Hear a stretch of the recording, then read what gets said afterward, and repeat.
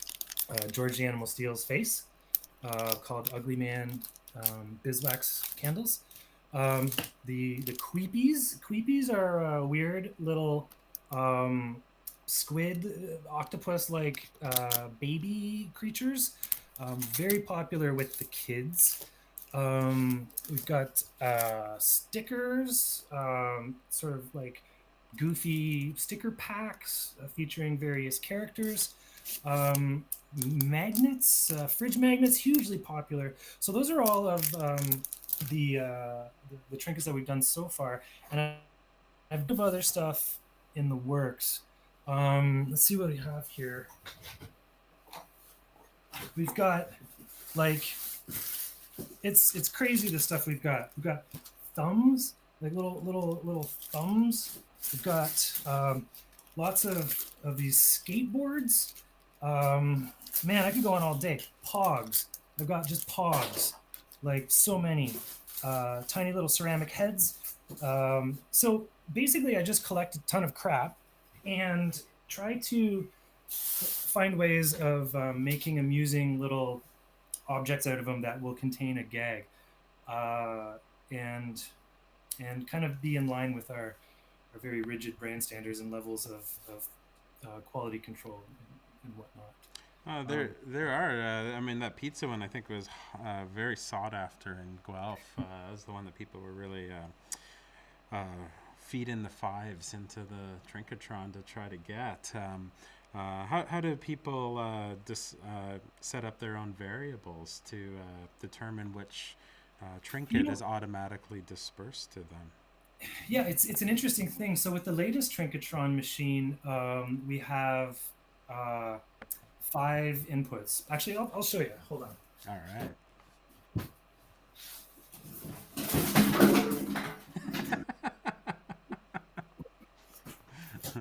Okay. Are you okay, Ryan? Yeah. All Yeah, right. Oh, here's the control panel, the here's the interface. panel. I don't have it electrified right now, but so give you an idea. Uh, oh, is it upside down? Jeez. Okay. So you can see there's different icons that you can adjust to have different values. And it really has a lot to do with how the people sort of interpret the meaning of these symbols. Hopefully, that's not, oh, it's a bit glary. That's okay. Um, but we have a clown face, easily the least popular one. We have a sort of winged heart that is dripping. We have a magician's hat over here. We have sort of applause hands. You can see that there. And we have sort of hammer and nail tools kind of thing. And each one of these variables can have a positive or negative value as assigned by the user. And of course, one thing that we also do is employ a lot of facial recognition technology. We don't. But we say that we interpret their gestures and faces to determine what type of trinket they get. And so, based on the input values here, the operator from inside the machine can then make a determination on the trinket. Certain ones reflect different variables and stuff, but it is ultimately based on the customer. So, Mm-hmm. And have you had any really surprising experiences while you're interacting, from afar, of course, with your customers? Any things, any reactions that you were not predicting? well, this is the most interesting part of doing this type of work, right? Like you're dealing with people in the public. There's no so like in a gallery type setting, there's this kind of pretense or whatever where there's this distance or there's this kind of protocol. But when you're just sort of like at a music festival or downtown Hamilton or whatever, you get people and they will tell you exactly what they think. Um, Generally, the response is positive. People are very, they enjoy the whimsical nature. They get the jokes. They're just sort of inherently drawn to big, flashy, talking robotic entities. I think that's just like there's something like pleasing about figuring out how to use a thing and then doing it and then getting something that I don't know is sort of the product of your application of that tool's output or whatever. So there's something inherently interesting about engaging with big, crazy, wacky machines in a Willy Wonka type way. Um, some people don't get the joke, and this is something that we've noticed with like the most recent Trinketron, which is very much more believable looking. I think the inclusion of video and the fact that it has a face. Some people have um, been put off by it. They think that another, one question that we've gotten on the last few outings we did was, who is Unicore? Where are you located, and what are you doing with our data? Which, whenever we present this in public, we don't break character. We, wow, we use your data to refine our products, to up our marketing and blah blah blah blah blah. Like very canned corporate type answers there. But that was something I wasn't anticipating, was the fact that people would be like, wait a minute, because up until the very like 2019 model, it was a guy in a cardboard box, and people were sort of charmed by that or something. But now it's people in uniforms and a talking giant robot, and there's something a little different about that dynamic. I had a Karen type situation with someone wanted to speak to the manager and was very, very upset about a trinket. It's actually the trinket that relates to the Getting Back at Becky trinket. This one was called Don't Tell Jessica, and it was the original theft of the sticker books. Um, but the woman was, I don't know, maybe a little overly concerned about the fact that it had thematic relation to bullying or something. I don't know. Nonetheless, she did return our trinket, and it is the first and only complaint we've ever got. After Wow. Wow. out customers or something, yeah, it's crazy. But uh, that's what happened. Did you feed the $5 bill back out at her? It was actually this might be a bit too telling, but this was one of our free shows. Oh. Yeah, so, and I think that's probably part of what I don't know, engendered that kind of entitlement or something, was the fact that like there was no money being exchanged, there was no stakes, because that type of person wouldn't even like go to a trinketron.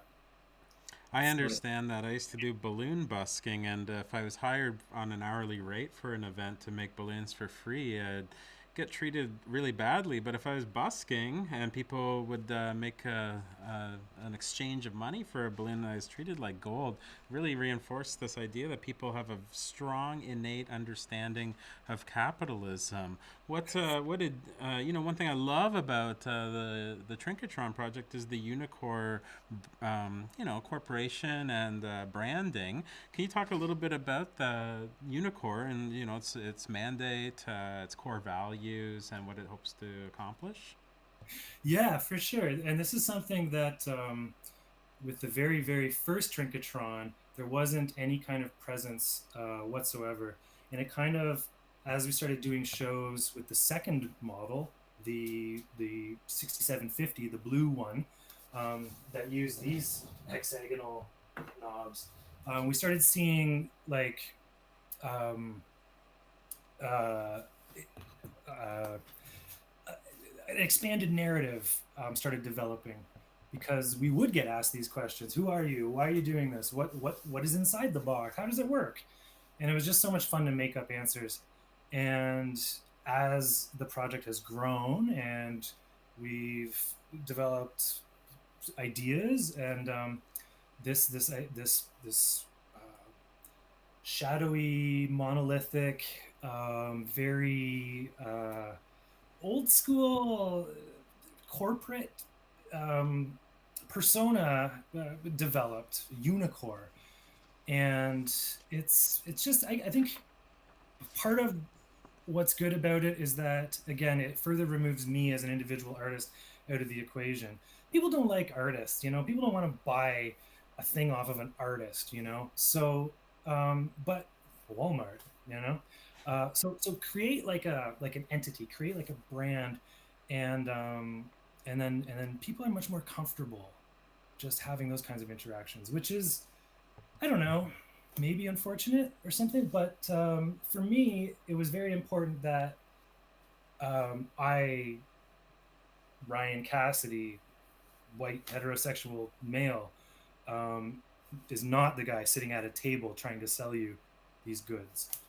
Um, Only because that's a lot less interesting to me. I understand that too, and I don't understand why I'm inclined. But if I go to, say, the bank, I just want to use the ATM. I don't actually want to talk to the teller, and I feel weird about that. But and these days it's because bank tellers are like sales reps and trying to sell you on more debt every chance they get. But there's something when it's a when there is a capitalist exchange, for some reason people are inclined to remove the human from the equation. I mean, have you?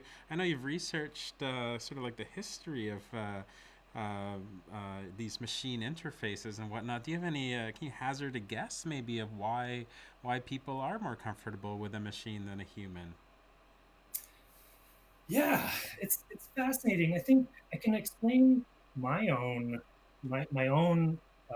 relationship with these sorts of things. I don't think it's like accidental that the Trinketron is the scale and shape that it is, because for me it evokes being a child and kind of looking at an arcade machine, right? You have that sort of differential in height. You have that same character. So I think it might be a generational thing, but I also think that people are just um, kind of drawn to these sorts of things. Human interactions are chaotic, and there's a level of friction. And there's like human machine interactions are utterly human, and I think people like it's amazing. You wouldn't even human and pretend machine interactions are interesting in that there's been numerous times where I've been in the box and it's someone I know who's a customer, and and and it's like, oh, hey, how's it going, do you want to see what's in there? Like, no, I don't want to know. There's So part of what it is about technology and people is like this desire to believe in magic, I think. This desire to not be disenchanted, maybe. I don't know, but it's a fascinating thing. And I've been way more successful as a robotic vending machine than I have been as a painter or a comic book artist. So there's definitely something to that idea. Yeah, it's interesting to consider it, because it's, in a way, it's sort of sad, but it's also revealing of some psyche that I think people have. But what are you hoping? Are you hoping to continue to evolve the project? I mean, in its latest form, I mean, I'm not even sure how much better it can be. It's really like it's not just a point 0.1 or point 0.2 improvement. It's a whole new number improved. But are you thinking about ideas of, when the world opens back up, to show it in new places, or are there any further improvements that you want to make? You know, as far as the structure and the box itself goes, I think I think you're probably right. Like, there's not too much further to push certain things to achieve that much more. Recently, I was in a 12-week program that was a business startup program, and that was a very interesting experience, going there, talking and being in these classes and working in groups and stuff, and talking about, like, everyone's got their business plans and I've got this fake thing that I'm like but what it did cause me to do was really think about the operations of the project, and come up with stuff down the road. And so a couple of the things, the ideas that we had that we were going to work on, I wanted to do a unicorn video, and it would be the sort of thing that would sort of open up that world a little bit more, talk about some of our other projects that we had on the go. And I wanted it to be sort of done in the style of like a mid '80s IP offering promo kind of thing, where we're about to go public, and these are our things, and this is why you should support us, shareholders, blah blah blah. And within that, there was a couple ideas that we were working on, and I am part of the thing with teaching myself programming is to facilitate the creation of these things. So I wanted to do a mini fully automatic Trinketron called Working Title Trinketron Express. I bought a soap vending machine, and I was looking at sort of retrofitting it and trying to make a little version of the Trinketron that could be totally self-contained and live at a location, and have like a little tiny miniaturized chipmunk voice Trinketron head in there. Selling all the same trinkets, of course. Now that would change things slightly, but anyway, this was sort of where we are going. The Another project that I wanted to do, and I think that one of the key things that, like, in a kind of real sense, like Unicore is a real company. Um, One of the things that I think we can actually do to make viable business out of is our ability to design interfaces um, in an interesting and gamified sort of way. So I wanted to work next on a fortune telling machine that was sort of reminiscent of the old sort of like Ask Zoltan carnival fortune teller midway things, but with a sort of retro futuristic, very unicore sort of vibe. So I've been kind of toying around with things in that regard. My ultimate dream, and this is wildly ambitious, but if we don't like at least point at the fences, right? Like, why? What are you doing? So I would really like to do like a Chuck E. Cheese type environment where everything is gamified and interactive, and for people, And there's a couple of folks working in this sort of area. There's some big interactive museums and stuff in the States, and like those guys Meow Wolf in Santa Fe and elsewhere are doing really interesting things.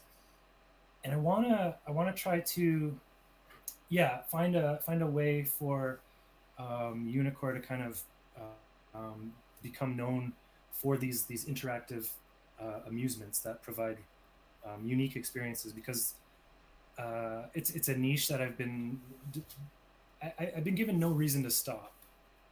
There's been so much sort of support and enjoyment of the project from others that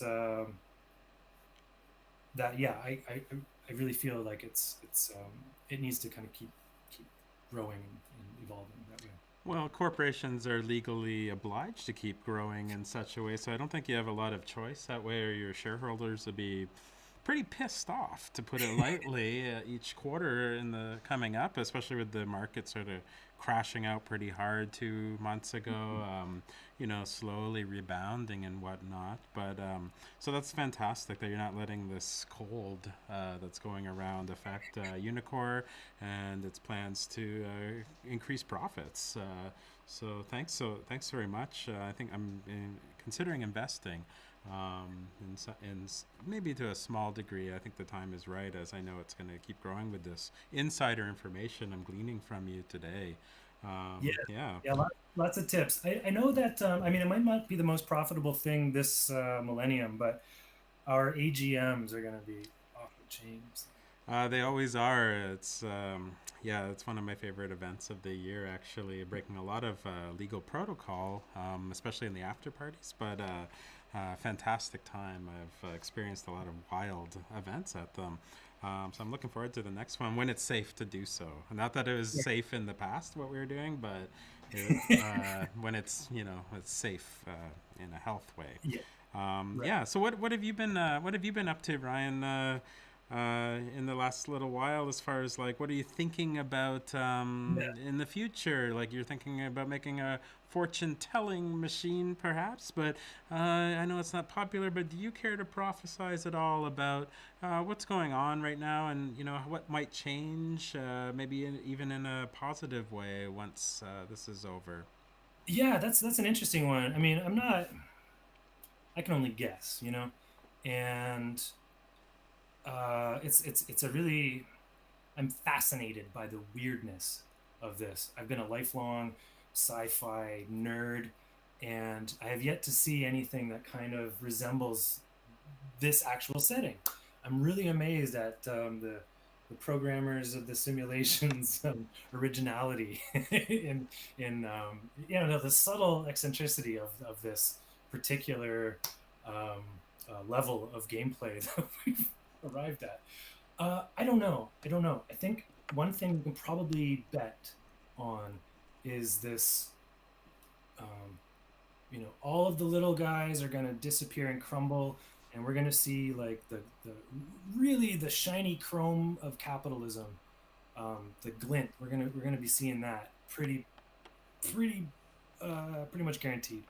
I think that things are going to get way more corporatized, way more polarized. I think security is going to be a huge industry. I think that I mean these are all the sort of negative things. I think optimistically, um, I think perhaps I hope that some people have maybe um, I hope that the loss of comfort to some has not been debilitating and rather has been motivating to maybe create the kind of collective changes that we all need to consider at least in order to live together a little more cohesively. Um, but I don't know. What have I been doing to deal with it? Um, I live pretty low to the ground. I haven't lost anything as a result of this, anything substantial. So I just try to keep close of the ones I love, take care of my pets, and um, just do the things that allow me to feel okay. Now, most time that's like totally hibernating and just like working away on things and passing time, and I hope that's okay. Um, but it's an interesting one. I do think things will go back to a version of normality, but there's going to be some awkward things that we're going to have to do to adjust, and yeah, and then something else will come along. So that's just what it is. I don't have any big ideas about it, but I know that like a lot of my friends and stuff are really dealing with it, and it's hard to see that, you so yeah, just I don't know, just like tell each other that you love each other and keep busy and find something to look forward to. I think those are wise words for this time. Yeah, I just want to really say thanks so much for telling us about all revealing so many of your secrets. As I mean, part of the charm of Trinketron is its secrets, and you've pulled back the curtain and let us know some of the thinking behind that, and some Unicore trade secrets as well that probably were illegal to share on a live video stream like this today. But I just also want to say I've always thought what you're doing is awesome, and it's I love seeing artists when they keep pushing an idea and challenging themselves to make it better. Bit by bit, to evolve something into, what it resembles, I guess, the original kernel of their concept for it. They're like in its the best form possible, and the latest version of this is that. I'm not really sure how much more it can be pushed. And there's so many other things we could have spoken about today, like how you're including local musicians as part of the Trinketron interface, and would have loved to also speak about your music and also your board game design and interest is also super interesting. I think plays into this as well, but maybe for another time, another show. So yeah, thanks so much, Ryan, and I'm glad you're doing okay and continuing on to do what you can do. Oh, of course, and I mean, I know we've probably done this a couple times before, but all of that Trinketron stuff, by and large, would not exist in the way that it has without the support from Ed Video, from you, from Elia, from everyone there. So from Unicore's shiny corporate heart, just thank you, because it has been probably the most like Ed Video has been just like the best resource for interdisciplinary new media video artists in Guelph. Easy, but that I've seen. I think, you know, yeah. So thank you. And of course, what you're doing here with the show and all this great stuff is awesome. And this is part of why I like being in Guelph. Aw, that means a lot. Yeah, and it's always been great to have you around here as well. Little, as Jonathan Livingston Seagull used to say, little steps to the top of the mountain, right? I just made that quote up, but it sounds like something he would have said. Little flaps The to same the top smell. of the mountain, I'd say. You can fly as fast as you'll allow yourself to. So keep flying fast, keep diving, swooping, and being an exceptional seagull, Ryan. I appreciate it. Thank you kindly, Scott. It's been wonderful talking with you. Thanks. Thank you so much, and looking forward to seeing you in real life sometime when that is possible, when it's safe to do so. No hurries. We'll wait for the scientists, the real scientists, to tell us when that can take place again. Thank you very much to everyone who's been tuning in to Open Circuit. We're going to be back on Tuesday. 2 p.m. and Thursdays, every Tuesday and Thursday for the foreseeable future, with Open Circuits, speaking with artists and other people on the periphery of art, people with interesting ideas. It's always a pleasure for me personally. Even if not a ton of people watch, I just love to speak with artists and hear about what makes them tick. I feel like I'm almost being greedy to get all their thoughts out on this show in this format, and just to record them for the future, for posterity. I just also want to say thanks so much to Ryan Cassidy, Trinkatron CEO, telling us about what he's been up to, and to everyone at Ed Video, to my family, to Ed Video's funders, the Canada Council for the Arts, the Ontario Arts Council, and the City of Guelph. Have a great weekend, everybody, and take care. Be safe and tell each other that you love them, because it's an important thing to do right now, to stick together. All right. Have fun, everyone. I'm going to play us out, even though I don't play keyboards at all.